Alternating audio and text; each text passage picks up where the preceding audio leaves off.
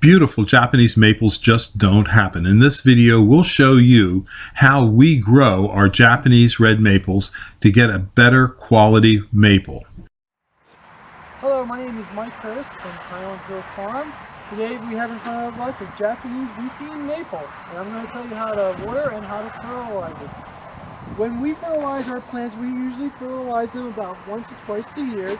The first time is just to make sure that it's the right color, and the second time is for next year's growth.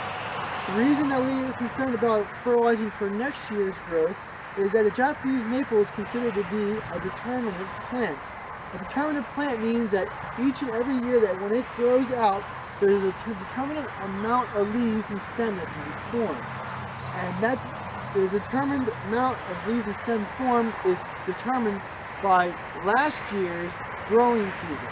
If the growing season from last year was a good growing season, the plant makes many new leaves and stem parts for the next year. And those new leaves and stems are stored in the bud.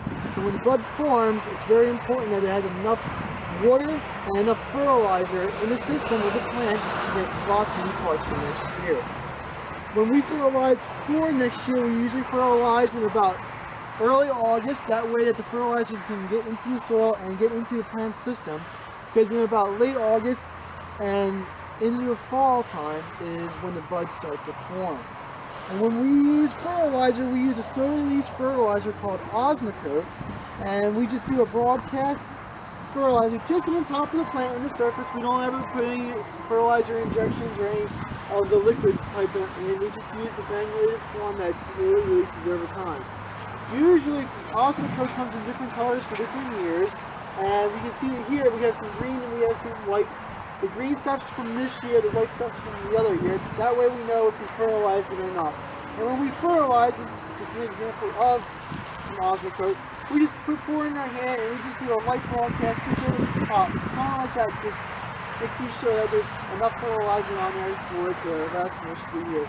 The Osmocote comes in different kinds. You have to read a label for how long each one lasts and for the strength.